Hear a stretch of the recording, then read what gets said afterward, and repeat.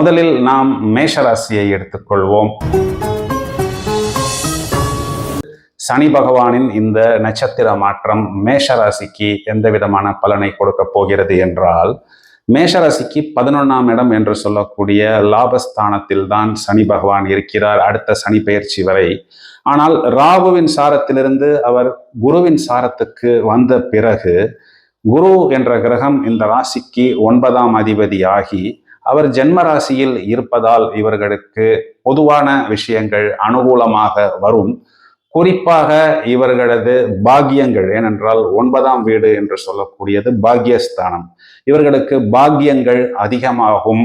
12ஆம் வீடு என்று சொல்லக்கூடிய விரயஸ்தானத்திற்கும் குரு அதிபதி ஆவதால் இவர்களுக்கு ஏற்படக்கூடிய விரயங்கள் என்பது சுப விரயமாகத்தான் இருக்கும். 11ஆம் இடத்தில் சனி என்பது மேஷராசிக்கு ஒரு அனுகூலமான இடத்தில் தான் இருக்கிறது. இது நாள் வரை கொஞ்சம் ரஃப்பாகவும் கொஞ்சம் டஃப்பாகவும் இருந்த விஷயங்கள் இனி இவர்களுக்கு ஸ்மூத்தாகவும் இவர்களுக்கு அனுகூலமாகவும் அமையும். 9ஆம் இடம் என்பது பிதுர்ஸ்தானம் என்பதால் இந்த ராசிக்காரர்களின் தந்தை பிதுர்ஸ்தானத்திற்கு அனுகூலம் ஏற்படும். அவரவரது வயது மற்றும் சூழ்நிலையை பொறுத்து அவர்களது தந்தைக்கு ஒரு கௌரவ பதவியோ அல்லது உடல் நிலையில் நல்ல முன்னேற்றமோ அல்லது வரவேண்டிய சொத்துக்கள் சம்பத்துக்கள் போன்ற விஷயங்களில் ஒரு அனுகூலமான செய்தி என்பது இவர்களுக்கு கிடைக்கும்.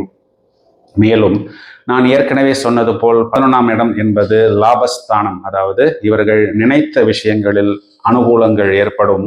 இந்த குரு என்ற கிரகத்தின் காரகத்துவம் புத்திரர்களையும் குறிப்பதனால் இவர்களது குழந்தைகள், அதாவது புத்திரர்களுக்கு குறிப்பாக வேலை வாய்ப்பு கிடைப்பது, வெளிநாட்டு பயணம் ஏற்படுவது. ஏனென்றால் இதெல்லாம் 9, 11, 12ஆம் வீடுகளாக வருவதால் வெளிநாட்டு தொடர்பு, வெளிநாட்டில் வேலை வாய்ப்பு, வெளிநாட்டில் குடியுரிமை, அதற்குண்டான விசா போன்ற அஃபிஷியல் டாக்குமெண்ட்ஸ் எல்லாம் இவர்களுக்கு அனுகூலமாக இருக்கும். ஒரு சிலருக்கு லாபம் கொஞ்சம் குறைந்தாலும் பிரச்சனைகள் இல்லாமல் ஒரு ஸ்மூத் ஜேர்னியாக இருக்கும், சாட்டிஸ்ஃபேக்டரியாக இருக்கும். நிறைய ஆன்மீக சம்பந்தப்பட்ட விஷயங்கள் அனுகூலமாக அமையும்.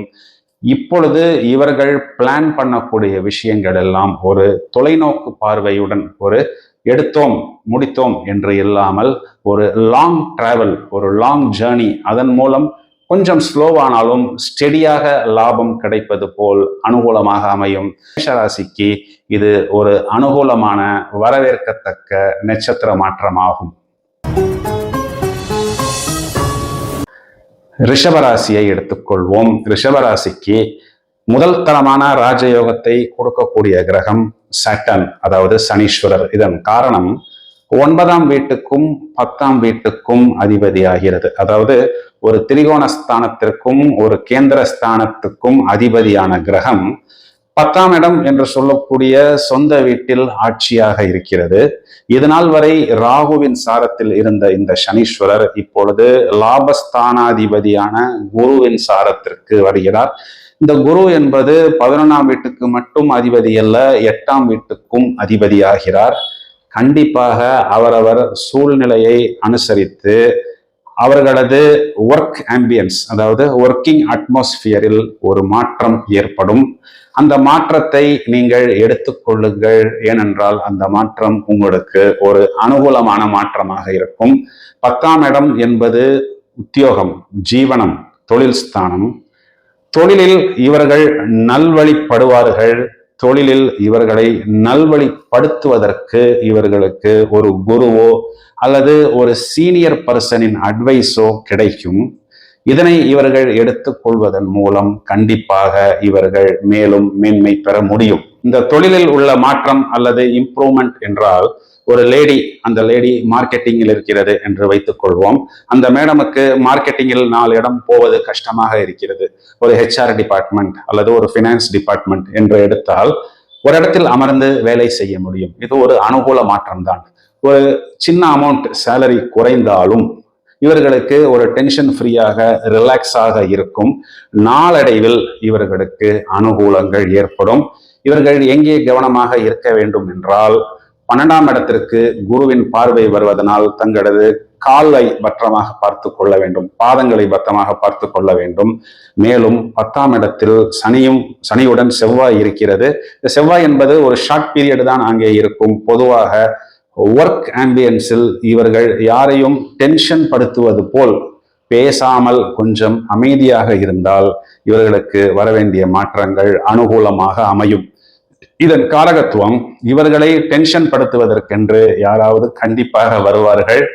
மௌனமாக சிரித்துக்கொண்டு பேசாமல் இருந்தால் இவர்கள் புத்திசாலிகளாக ஆகிவிடுவார்கள். இவர்களுக்கு லாபஸ்தானத்தில் ராகு இருப்பது ஏற்கனவே அனுகூலத்தை கொடுத்து கொண்டுதான் இருக்கிறது. 5ஆம் இடம் என்று சொல்லக்கூடிய புத்திரஸ்தானத்திற்கு இனி குரு பார்வையும் வரப்போகிறது. இந்த சனி என்ற கிரகத்தின் மாற்றம் ரிஷபராசியை பொறுத்தவரை அவர்களது ஒர்க்கிங் ஆம்பியன்ஸில் பொதுவாக அவர்களுக்கு ஒரு நல்ல மாற்றத்தையும் நல்ல ஏற்றத்தையும் கொடுப்பதற்கு தயாராக இருக்கிறது. இதன் காரணம் லாபஸ்தானாதிபதியின் சாரத்தில் சனியின் பயணம்.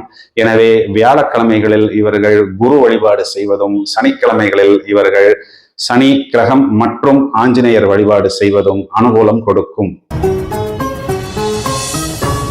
மிதுன ராசியை எடுத்துக்கொள்வோம். ராசிக்கு 9ஆம் வீட்டுக்கு அதிபதி, அதாவது பாக்யஸ்தானாதிபதி சொந்த வீட்டில் பாக்யஸ்தானத்தில் இருக்கிறார். இவர் இப்பொழுது குருவின் நட்சத்திரமான பூரட்டாதியில் பயணம் செய்யும் பொழுது இந்த பூரட்டாதி நட்சத்திரத்தின் அதிபதியான குரு இவர்களுக்கு 7ஆம் வீட்டுக்கும் 10ஆம் வீட்டுக்கும் அதிபதி ஆகிறார்.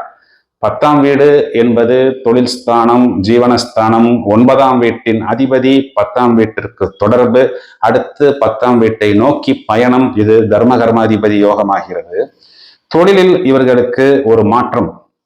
இது நாள் வரை இருந்த பழைய விஷயங்கள், பழைய கூட்டாளிகள், பழைய பார்ட்னர்ஸ் கிளியர் ஆகி இனி புது விஷயங்கள், புது ப்ராடக்ட்ஸ், புது கான்செப்ட்ஸ் இவர்களுக்கு அனுகூலமாக வரும்.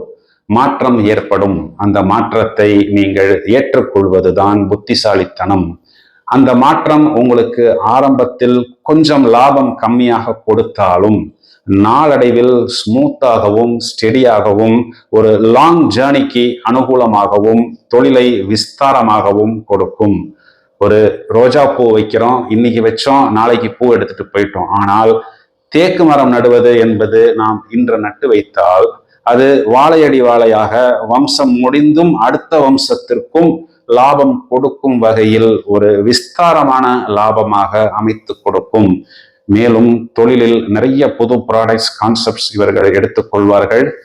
கொஞ்சம் ஆரம்பத்தில் ஹார்ட் ஒர்க் பண்ண வேண்டியிருக்கும், கொஞ்சம் ஸ்மார்ட் ஒர்க் பண்ண வேண்டியிருக்கும். மேலும் இவர்களது மனைவி மூலமும் இவர்களுக்கு ஆதாயம் ஏற்படும். மனைவியாக இருந்தால் கணவன் மூலமும் ஆதாயம் ஏற்படும். இதன் காரணம் குரு இங்கு 7ஆம் வீட்டுக்கு அதிபதி ஆகிறது.